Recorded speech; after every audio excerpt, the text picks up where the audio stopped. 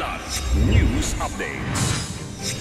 Mga balita ngayon, 2 wounded soldiers sa Cagayan de Oro pinarangalan ng Commanding General ng Philippine Army. Patay na katawan ng babae na tagpuan sa sako sa Davao Oriental. Isang mangingisda na tagpuang patay sa baybayin ng Batangas. Ako po si Cesar Sorian para ihatid ang mga nangunang balita sa buong kapuluan ngayon.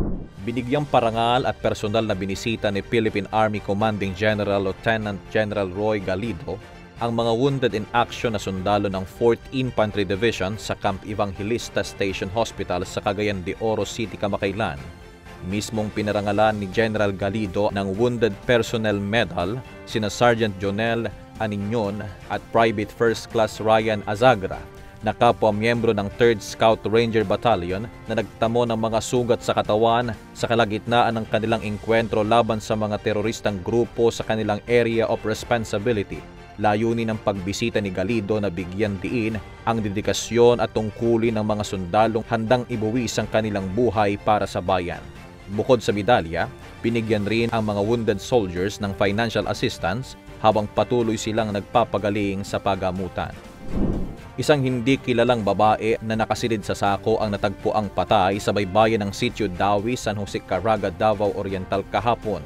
Ayon sa impormasyon mula sa Caraga Municipal Police Station o MPS, isang tawag mula sa mga residente ang kanilang natanggap na nagsasabing may natagpuang silang sako sa baybayin. Nang magsagawa ng pagsusuri ang mga otoridad, tumambad ang isang patay na katawan sa loob ng sako na agad kinumpirma ng mga pulis. Patuloy ang isinasagawang investigasyon ng Caraga MPS upang matukoy ang pagkakakilanlan at motibo sa pagpatay sa biktima. Isang mangingisda ang natagpuang patay sa baybayin ng Barangay Balete, San Nicolas, Batangas matapos umanong anurin ng malalakas na alon.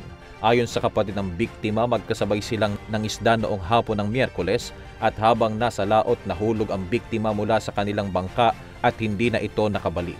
Agad namang nagsagawa ng search and rescue operation ng mga otoridad at natagpuan nga ang bangkay ng biktima sa baybayin ng San Nicolas at positibong kinilala ito ng pamilya. Patuloy ang mga otoridad sa pag-iimbestiga at pagsusuri sa insidente, kasabay ng pagpapaalaala sa mga mangingisda na mag-ingat lalo na sa panahon ng masamang panahon at malalakas na alon. Para sa Kidlat News Channel, ito si JP Adaw, nag-uulat. Ako po si Cesar Sorian, kasama nyo sa bawat pagputo ng balita.